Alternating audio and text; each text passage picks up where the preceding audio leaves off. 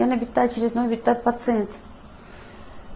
Nima demoqchiman? 14 yosh bola 2 yildan beri glukofash ichadi, 500 dozadan ichadi. Tafakkur o'zingizlardan o'ylab ko'ringlar. Yana qaytaryapman, vrachlarga nisbatan hech qanaqa bizani husumatimiz yo'q. Lekin podrostok bola ожирение ketyapti. Glukofash, intoksikatsiya, bo'g'imlarda уже tuz yig'ilib ketgan. Eng birinchi o'rinda bolani sababini tekshirmasdan turib glukofashga o'tkazib qo'yishgan. Har xil mikroelementlar berishgan. Jigar dimlanib yotibdi, o't qopida zagib, buyrak yaxshi ishlamayapti, limfa sistema yaxshi ishlamayapti. Shuncha mikroelement bergansizlar, glukofash bergansizlar. Yana bilmayman qancha nima preparatlar ichib tashagan bu bola. Yaqinroq olib keling, bolani holati. 14 yosh bola. Qaranglar buni.